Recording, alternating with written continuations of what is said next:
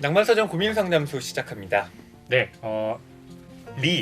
L222-123님께서 고민 남겨주셨어요. 청소년 시절부터 결혼이 필수라고 생각을 하지 않았고 지금도 그 생각에 변함이 없고 또 20대 초중반까지 그런 이야기를 하면 주변 사람들이 야, 그렇게 말하는 사람이 제일 먼저 결혼하더라 예, 라는 반응을 보였고 뭐 얌전한 고양이 부뚜막이 먼저 그쵸. 올라간다 뭐 이런 거죠. 네, 근데 이제 30대가 되니까 그 반응이 좀 바뀌어가지고 네가 부족해서 결혼을 못하는 거지 안 하는 게 아니다라고 얘기를 한대요.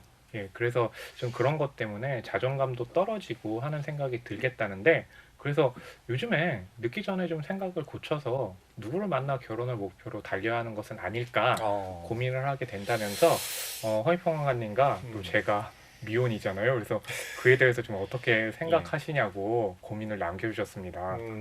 저는 아무렇지도 않은데 주변에서 너 어떡하냐 결혼 안 하는데 이제 그런 말씀 안 하지 않으세요? 허나평론가님 주변에 야, 그런 얘기 하시는 분 거의 못 봤는데. 저 지금 저 비하하시는 거예요? 아니요. 네. 예. 뭐 그렇지 언젠가부터 끊겨서 네. 또 생각해 보니까 그러고 보니까 그것도 좀 생각보다 아쉽네요. 그러니까 미혼이라는 말은 결혼을 아직 안 했다라는 네. 것인데 그렇게 되면 이 결혼을 마치 우리가 해야 되는 것처럼 그렇죠. 이 완성의 형태로 보는 관점이 여기에 담겨 있는 것인데 그렇죠. 그렇기 때문에 미혼이라기보다는 요즘에는 뭐 싱글, 뭐 혼자 독신, 사는. 예, 네. 이렇게 얘기하는 경우도 많죠. 그렇죠. 이 고민을 듣고 생각한 영화가 그 줄리아 로버츠가 나왔던 영화 있는데요. 내 남자친구의 결혼식이라는 작품이에요. 네. 그 극 중에서 줄리아 로버츠가 굉장히 잘 나가는 스포츠 칼럼니스트를 연기하고 있거든요. 예. 근데 너무 일에만 열중하다 보니까 30대가 훌쩍 넘었는데 결혼을 못한 거예요. 근데 20대 때 사귀었던 남자친구 지금도 생각은 하고 있거든요. 그 남자친구가 연락이 와요. 나 며칠 있다 결혼해. 왜 굳이 연락하는 걸까요? 둘이 사귀다가 그 사귀는 기간이 짧았는데 그러니까 음. 친구로서의 관계는 계속 이어오고 있었어요. 그래서 이제 연락을 준 거죠. 그래서 친구라고 생각을 했는데 결혼을 한다고 생각을 하니까 갑자기 그 남자가 달리 보이는 거죠. 안 돼. 네, 그래서 네. 내가 어떻게든 그 결혼을 막아보겠다라고 하지만 결국에는 그것을 인정을 하거든요. 그러면서 이 영화에서 주는 교훈은 뭐냐면 네. 결국에는 좀 주차할 수 있을 때 주차하는 것이 낫지 않느냐라고 하면서 줄리아 로버츠가 극 중에서 이런 얘기를 좀 해요. 우리는 그렇게 오래 만나면서 사랑한다는 말을 안 했어. 누구를 사랑하면 사랑한다고 말해. 그 순간 크게 소리치라고. 아니면 그 순간은 영원히 사라져 버리니까 라고 하는데 제 얘기는 지금 당장 사랑하는 사람을 찾아서 소리를 지르세요 그 얘기가 아니라 이렇게 혼자 살기도 하지만 혼자 사는 삶이 좋기도 하지만 혹시나 함께 할 수 있는 그런 상황이 올 수도 있잖아요. 그렇게 됐을 때 여러 가지 조건을 따지는 것보다 그냥 마음 가는 대로 행동하시는 것, 그것이 아무래도 뭐 주변에서 뭐라고 할지라도 그 자신의 삶이 더 발전적으로 나가는데 그리고 그 자신의 기준대로 사는 삶에 더 부합할 거잖아요. 남의 떡이 더 커 보이는 증상 위험합니다. 그렇죠. 예, 맞아요. 여기에 현혹되면 안 돼요. 제가 또 리123님께 추천드리고 싶은 책은요. 네. 미친 사랑의 서라는 책입니다. 네, 제목 강렬하네요. 네, 사랑이긴 사랑인데 네. 크레이지한 네. 사랑.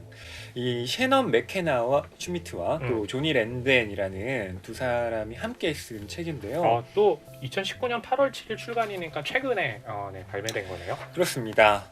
저널리스트인 이 셰넌 맥케나 슈미트 또 조니 랜던 같은 경우는 이 문학 혹은 그 문학가들이 어떤 삶을 살았는가를 네네. 사랑이라는 테마에 집중해서 이 책에 서술을 하고 있는데요. 작가의 미래, 책 속의 미래가 바로 이 책의 부제입니다. 이때 미일애, 그러니까 비밀스러운 사랑이라는 뜻이죠. 네네. 톨스토이, 헤밍웨이, 또 플로베르, 오스카 와일드, 버지니아 울프, 에거사 크리스티 작가들이 정말 실제로 겪은 소설보다 더 소설 같은 이 러브 스토리를 여기에 담아내고 있습니다. 저는 여기서요 톨스토이 얘기를 좀 해드리고 싶어요. 네. 톨스토이 하면 뭐 우리에게는 성자 같은 느낌이 있잖아요. 성자라는 느낌보다 저에게는 아니 이렇게 소설을 두껍게 쓰면 어떻게 이렇게 쉽게 읽을 수 있겠느냐라는 그런 불만이 있는 작가이기도 한데요. 실제로 톨스토이는 소설가이면서 동시에 사상가로 살았던 사람이기도 합니다. 네. 근데 이 안나 까레리나라는 영화로도 만들어진 그렇죠. 예, 이 소설을 톨스토이가 썼잖아요. 그때의 첫 문장 혹시 기억하십니까? 정확한 첫 문장은요. 네. 행복한 가정은 모두 모습이 비슷하고 불행한 가정은 모두 제각각의 불행을 안고 있다. 그렇죠. 라는 건데요. 안나 까레리나가 요즘의 드라마로 따지면요. 네. 그 JTBC에서 네. 예, 하고 있는 부부의 세계요? 네. 그것과 아주 유사합니다. 요즘 굉장히 화제 드라마죠. 네. 안나 까레리나가 사실은 뭐 불륜 소설이다라고 얘기하는 사람들도 많으니까요. 물론 다르게 해석할 수 있는 여지들이 참 많은 명작이지만요. 네. 이 톨스토이가 이 아내 소피아와 48년 동안 결혼 생활을 유지합니다. 그런데요, 그 결혼 생활이 참 파란만장했어요. 심지어 톨스토이가 네. 80세가 넘은 나이에 네. 가출을 합니다. 근데 이 가출이 첫 번째가 아니에요. 여러 번 합니다. 네. 네, 그리고 톨스토이가 세상을 떠나게 된 장소도요, 집이 아니에요. 바로 가출을 하고 나서 그 기차역에서 네. 죽음을 맞습니다. 아내와의 불화가 너무나 심했던 거죠. 네. 그러니까 안나 까레리나에 나오는 이 첫 문장이 그냥 쓴 게 아니라 자기의 삶이 곡진하게 녹아 있는 거다라고 볼 수가 있는 거죠. 이 톨스토이가 이렇게 그 소피아와 결혼했을 당시를 쓰고 있습니다. 네. 34세 결혼을 했는데요. 네. 34살을 살도록 이토록 누군가를 사랑하고 이토록 행복해질 수 있을 줄은 꿈에도 몰랐어. 네. 그런데 세월이 지나서 이렇게 쓰고 바뀌었군요. 있습니다. 올바른 결혼 생활을 하는 건 좋다. 네. 그러나 그보다 더욱 좋은 것은 결혼을 하지 않는 것이다. 네. 제가 그 리 123님께 드리고 싶은 말씀은 이렇게 뭐 결혼을 하지 말라가 아니라 네.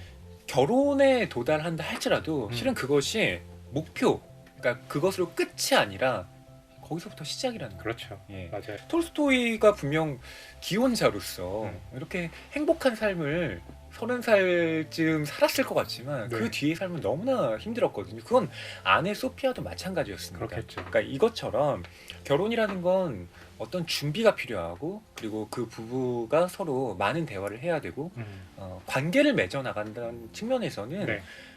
결코 쉬운 게 아니다. 네. 그렇기 때문에 마음에 맞지 않는 사람이 네. 혹시 나타났는데 네. 그래도 내가 결혼을 해야 되니까 이 사람과 결혼을 하면 네.